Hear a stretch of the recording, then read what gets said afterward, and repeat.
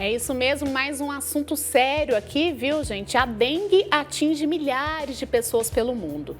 É na água parada que o mosquito Aedes aegypti se reproduz e ele provoca dengue, zika, chikungunya e a febre amarela urbana.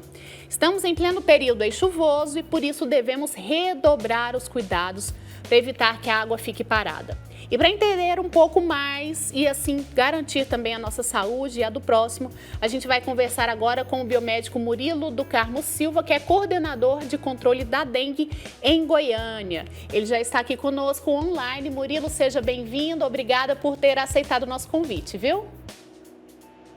Olá, muito bom dia. É um prazer enorme estar aqui falando com vocês. Sempre que precisarem da Secretaria de Estado da Saúde de Goiás, dispõe. Tá ótimo, então vamos começar com a primeira pergunta. Lembrando que o Wilker está conosco também, vai te fazer algumas perguntas junto aqui comigo, viu? Murilo, onde é que surgiu aí o mosquito Aedes aegypti que transmite essas doenças? Esse mosquito ele vem de longa data, né? Ele iniciou ali no Egito Antigo e até hoje ele vem disseminando e ele acabou, de certa forma, urbanizando. E isso fez com que ele adquirisse essa propriedade, essa capacidade de disseminar doenças. Só para você ter uma ideia, hoje o Aedes aegypti ele consegue transmitir mais de 80 doenças confirmadas. No entanto, nós temos essas grandes preocupações, essa calamidade pública que o Aedes acabou causando. Nós temos a disseminação de dengue, zika, chikungunya, a própria microcefalia, que foi uma grande ocorrência dessa doença, ocasionada pela transmissão do Zika pelo Aedes aegypti no Brasil em 2015, 2016, vocês lembram bem disso, e acabou se tornando um grande problema de saúde pública, o Aedes aegypti. Murilo, bom dia para você. Eu queria que você explicasse para a gente o ciclo de reprodução do mosquito. Bom, bom dia. É necessário entender que o Aedes aegypti tem uma particularidade, ele é um pouco diferente do Culex, que é a muriçoca. Ele é muito bem estudado, ele é muito bem ousado e ele faz a postura dos ovos de maneira separada. Ele não faz a postura dos ovos todas em um único lugar, como o Culex, como a muriçoca faz. Então ele acontece a dispersão dos ovos em vários criadouros e a intenção do Aedes aegypti é com isso tentar perpetuar ao máximo a quantidade de mosquitos e da sua espécie. E a partir de então, ali, dependendo da temperatura, como acontece no estado de Goiás, por exemplo, nós temos chuva e temperatura alta, nós temos aproximadamente 7 a 10 dias da postura dos ovos, nós temos a eclosão de um mosquito adulto. Quando ele pica uma pessoa contaminada, ele acaba desenvolvendo com o tempo essa carga viral de dengue, zika ou chikungunya ou de outras doenças. E quando ele faz o repasse sanguíneo, ou seja, quando ele pica uma outra pessoa, ele acaba transmitindo a doença. Vale lembrar que existem alguns estudos que nos denotam aí que há um percentual significativo do Aedes aegypti. Quando ele já eclode, quando ele nasce dos ovos, tem um percentual que já nasce contaminado, ou seja, a fêmea contaminada com a dengue, zika ou a chikungunya, quando ela faz a postura dos seus ovos em 7 a 10 dias, existe um percentual de ovos que já nasce, de Aedes aegypti, que já nasce contaminado. Essa é a grande preocupação. Existem pesquisas que demonstram mais de 1% do Aedes aegypti já nasce contaminado. Lembrando que uma fêmea do Aedes aegypti tem um potencial de colocar 1.500 ovos. Murilo, você falou aí um pouco sobre a reprodução, né? Tira uma dúvida aqui. Esse local aí, essa água parada, ou essa água onde esse mosquito vai fazer aí, colocar os ovos, né? Precisa uma grande quantidade de água? A gente vê, às vezes, tampinha de garrafa ali com um pouquinho só de água. Isso é o suficiente para esse mosquito fazer a reprodução dele? Sim, é o suficiente, sim. Como eu falei anteriormente, ele faz a postura em vários locais de maneira separada, com a intenção de perpetuar a espécie. E anteriormente, realmente, o Aedes aegypti ele procurava água parada e, sobretudo, água limpa. Hoje nós já conseguimos encontrar Aedes aegypti em fossas. Então ele consegue se adaptar de tal maneira para que ele consiga, de certa forma, tentar aumentar ao máximo a quantidade de mosquitos circulando. Então hoje, dependendo do potencial de reservatório, ele consegue fazer várias posturas. Obviamente, quanto maior a água, maior o percentual de Aedes aegypti A gente faz posturas e, obviamente, por exemplo, caixas d'água, esse reservatório é maior e, obviamente, vai ter uma quantidade maior de larvas. Ele consegue fazer essa postura, seja em água limpa, em água suja, e em tonéis grandes ou pequenos, não importa. Ele é muito versátil, ele se domesticou de maneira que conseguisse perpetuar a espécie de maneira muito bem clara. Você mencionou aí que uma fêmea ela pode botar até milhares de ovos, né? E cada mosquitinho desse, ele pode contaminar até quantas pessoas? Bom, o mosquito ele tem um ciclo de vida que, a partir de quando ele nasce, ele vive em torno de 30 a 40 dias no máximo. A partir de quando ele pica uma pessoa e faz o repasse sanguíneo e essa pessoa ela está contaminada com a dengue, demora-se um tempo que a gente chama de incubação intrínseca para que esse mosquito consiga ser capaz de transmitir a doença. Não é necessário, não há necessidade, por exemplo, ele picar uma pessoa agora com a doença e ele já conseguir transmitir a doença. Não existe isso. Ele precisa de um tempo para que ele consiga multiplicar a quantidade de vírus e, com isso, picar uma pessoa e transmitir a doença. A partir de quando ele pica uma pessoa contaminada e ele também se contamina, durante toda a sua vida, ou seja, os 30, 40 dias que ele fizer o repasse sanguíneo, ele vai estar contaminando outras pessoas. Murilo, você explicou aí pra gente, né, o quanto o mosquito ele se adaptou aí a várias situações, né, para fazer a reprodução. Então, temos, por exemplo, uma piscina ou uma caixa d'água que está ali o tempo todo com água, né? O que deve ser feito? Esses recipientes, eles não vão ser esvaziados, como a gente tem que tomar o cuidado ali com latas no quintal e tudo mais. Esses lugares onde tem a água mesmo, não tem jeito, eles têm que ter o medicamento, é isso? Para impedir aí a reprodução do mosquito? Bom, existem algumas situações que são peculiares, por exemplo, piscinas, elas precisam ser necessariamente tratadas. A partir de quando elas são tratadas de maneira semanal, não há necessidade de qualquer tipo de inseticida ou algum tipo de composto químico para controlar o Aedes. Se ela é bem tratada, não vejo problema.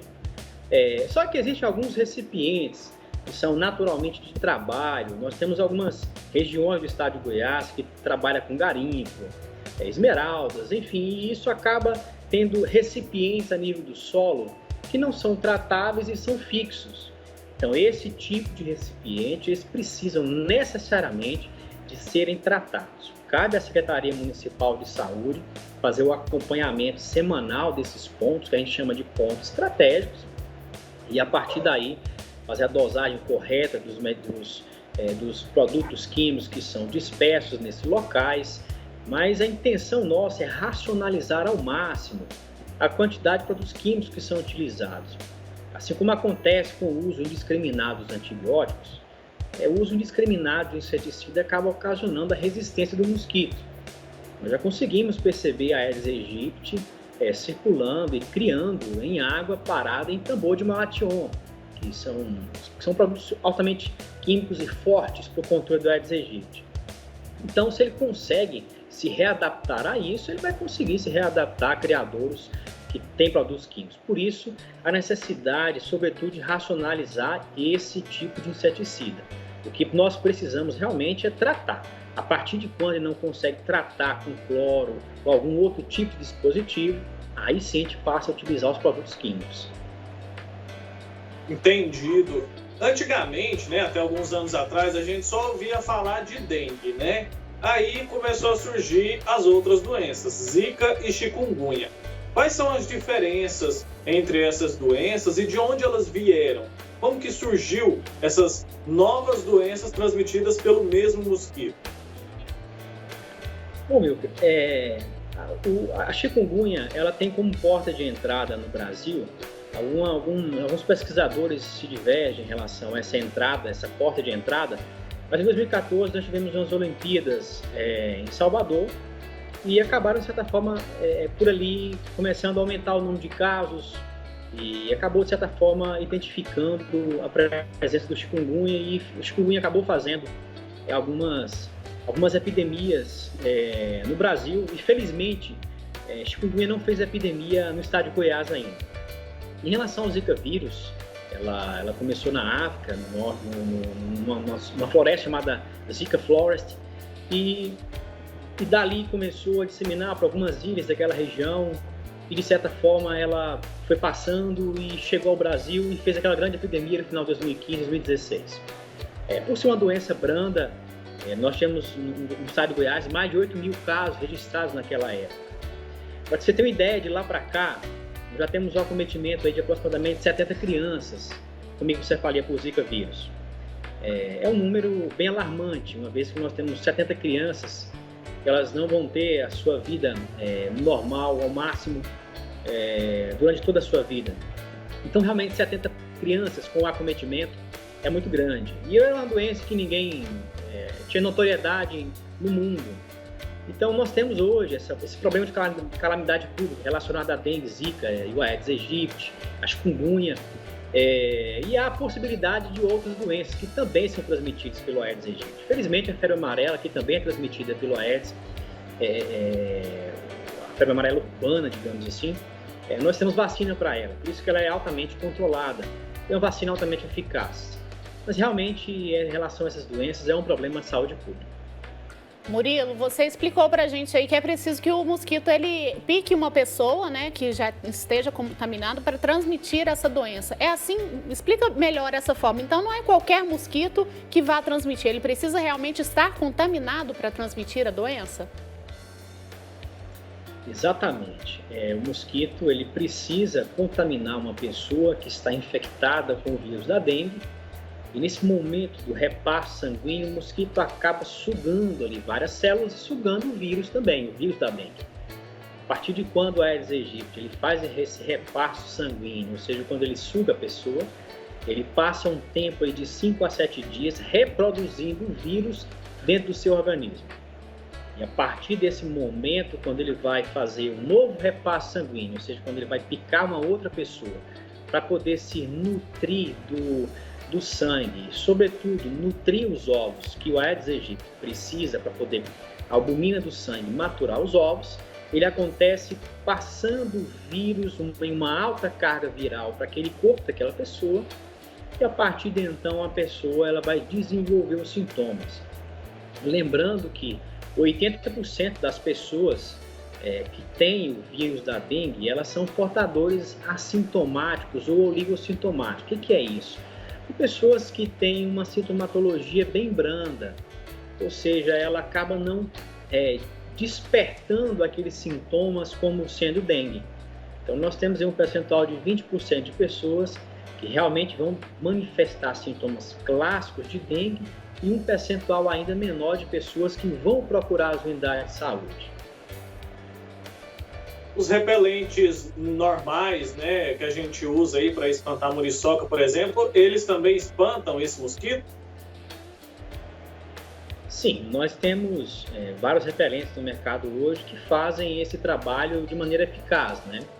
Os medicamentos à base de RR35, os repelentes à base de caridina, são medicamentos, são repelentes que tem no mercado hoje que fazem a sua ação aí de 2 a 10 horas com eficácia também, espantando, digamos assim, o Aedes aegypti. Lembrando que ele é atraído pelo ácido lático que tem na nossa pele.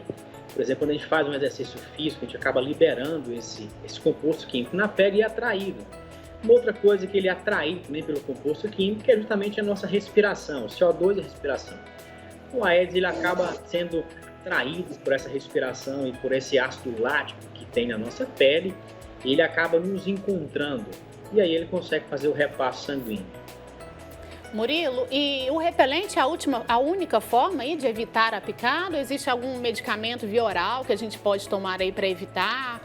O que você pode dizer em relação a isso, a gente ser mais resistente aí à picada do mosquito? Bom, existem inúmeras maneiras de a gente tentar minimizar o contato nosso com a Aedes aegypti. É uma barreira mecânica, como por exemplo o uso das mosquiteiras. O Aedes aegypti ele tem uma particularidade, ele faz o repasse sanguíneo geralmente nas primeiras horas da manhã ou nas últimas horas da tarde. Mas se ele identificar que há necessidade de ele fazer o repasse sanguíneo para poder maturar os ovos, ele vai picar durante o dia, durante a noite, sem problemas algum. Mas geralmente a maior intensidade dele são nas primeiras horas da manhã e nas últimas horas da tarde. Então o uso de repelentes, o uso da mosquiteira vai nos auxiliar muito bem. Existe a vitamina B12 que as pessoas acabam ingerindo para poder afastar o Aedes. Também realmente afasta, mas precisa de uma dosagem muito alta, não que é o recomendado. Então nós precisamos hoje realmente tentar evitar com que o Aedes aegypti faça a postura dos ovos. Cada fêmea que a gente evitar que faça a postura dos ovos são 1.500 ovos a menos no meio ambiente. Então a maneira mais eficaz hoje é realmente evitar água parada. Tá certo. E a pessoa que se contaminou com a dengue, ou com a zika, ou com a chikungunya, ela fica imune? Bom, em se tratando de dengue, nós temos 4 tipos de vírus. Embora seja o mesmo tipo de dengue, é a mesma sintomatologia, mas são 4 tipos de doença, digamos assim. No estado de Goiás, o ano passado, circulou o dengue tipo 2. Então, as pessoas que tiveram dengue no ano passado, muito possivelmente foi contaminada pelo dengue tipo 2. Essa pessoa ela vai ficar imune contra esse tipo 2 durante toda a sua vida. No entanto, ela pode pegar o tipo 1, 3 e o 4 ainda. Embora todos os tipos de vírus já circularam no estado de Goiás. Ou seja, a pessoa pode pegar dengue até 4 vezes na sua vida. E ela pode também desenvolver e pegar chikungunya e zika vírus. Então, a carga viral dessas doenças são muitas. Então, geralmente, o que as pessoas têm pego hoje, se for dengue, zika ou chikungunya, elas acabam ficando imunes. No entanto, não significa dizer pegar dengue uma vez, ela está imune. Ela está imune apenas àquele tipo de vírus da dengue.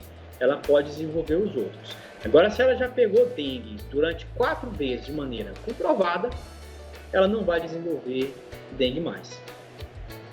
Murilo, você disse aí pra gente, né, que realmente o caminho é evitar a reprodução, né, do mosquito, é claro, e aí cada um fazendo a sua parte, a gente sempre enfatiza isso aqui. Agora, e as expectativas aí, por exemplo, há alguma expectativa, alguma esperança aí de erradicar, de acabar com esse mosquito completamente? Você acha que isso será possível algum dia? Olha, na década de 50, o Brasil conseguiu um título da Organização Mundial de Saúde de país livre do Aedes aegypti, ou seja, um país erradicado do Aedes aegypti. No entanto, as condições socioeconômicas e culturais brasileiras acabaram propiciando a retomada desse mosquito. E hoje, para mim, quando a gente fala de erradicar, é arrancar pela raiz, ou seja, não ter mais a presença do mosquito e também da doença. Erradicar significa isso. Dificilmente hoje, nas regiões tropicais do planeta, onde o país se encontra, nós vamos conseguir esse feito. Então, hoje, o que nós precisamos fazer realmente é controlar o Aedes aegypti. Erradicá-lo, eu acredito que nós não iremos conseguir isso durante algum tempo. Murilo, a gente, quando fala, né, do Aedes aegypti, a gente tem a sensação aí de que é um super mosquito, né, porque ele tem uma capacidade de adaptação muito grande. É isso mesmo? Ele já se tornou aí transmissor de várias doenças. Você acha que a tendência é que isso aumente, que ele, no futuro próximo, se torne transmissor de mais doenças ainda? Porque, sem sombra de dúvidas, ele é um super mosquito, ele é super adaptável. Pra você ter uma ideia, sempre as secretarias municipais de saúde, sobretudo aqui no município de Goiânia, tem feito teste de gaiolas com a resistência do inseticida ao vetor, ao mosquito. A gente consegue perceber que, vira e mexe, a gente precisa trocar os inseticidas porque eles não têm surtido o efeito necessário. E ele é um super mosquito, ele se adaptou, ele consegue fazer o repasto sanguíneo de maneira muito bem feita, ele consegue fazer a postura dos ovos em números criadouros, ele é resistente a vários inseticidas e compostos químicos. Realmente ele é um super mosquito, ele é um super vilão. E não duvido que no futuro próximo nós venhamos a ter transmissão de outras doenças, até porque nós temos todas as condições naturais para que isso aconteça. Nós temos temperatura alta, nós temos chuvas, nós temos uma população que infelizmente não tem a cultura de colocar o lixo de maneira adequada, às vezes não temos coleta de lixo de maneira adequada, nós temos doenças pelo mundo afora, infelizmente ou felizmente, estão retidas em algumas florestas, Como aconteceu com o Zika e com o chikungunya, há muito pouco tempo atrás ninguém sabia dessas doenças. E hoje todos sabem e já viram o grande problema que elas causaram, como aconteceu com a microcefalia. Como aconteceu com o Zika vírus, a microcefalia em 2015-16, o país todo se mobilizou contra o Aedes naquela época. No entanto, não é a mesma força que a gente vê hoje. Então, realmente, eu acredito que no futuro próximo nós venhamos, evidentemente, ter ainda a transmissão de outras doenças ocasionadas pelo Aedes aegypti. Tá certo, fico alerta então, né, gente? Vamos todo mundo cuidar, fazer a sua parte para evitar aí a reprodução desse mosquito. Queremos agradecer, viu, Murilo? Murilo do Carmo Silva, que é biomédico, coordenador do controle da dengue aqui em Goiânia. Muito obrigada por ter participado aqui com a gente. Fica, né, realmente o alerta aí para as pessoas cuidarem do próprio quintal, ali do vizinho também, né? Com certeza. Eu que agradeço a participação. Sempre que precisar da Secretaria de Estado da Saúde de Goiás, disponha, não hesitem em nos contactar. E realmente, esse alerta ele fica, sobretudo agora que nós temos a circulação do dengue tipo 1, que é um tipo de vírus que não circulava aqui no estado de Goiás há 3, 4 anos. E agora está retomando com força. Hoje no estado de Goiás já são mais de 12 municípios que estão em alto risco. Então há necessidade agora para a retomada das chuvas, para a retomada do período de ter altas temperaturas. Fica esse nosso alerta. Nós acabamos com esse estigma que dengue pode matar. Não, dengue não pode matar, dengue mata. São mais de 700 óbitos nos últimos 10 anos. Então são 700 vidas que foram ceifadas por causa de um mosquito. E a responsabilidade, quando a gente fala que o mosquito é o vilão, nós, enquanto população, também somos vilões em relação a isso, porque não cuidamos das nossas casas com o devido respeito. Fica esse alerta para todos. E muito obrigado pela participação. Tá bom, Murilo, um grande abraço para você. Obrigada ao Wilker também que participou com a gente, viu? Foi uma conversa muito bacana, assunto sério aqui em casa, né?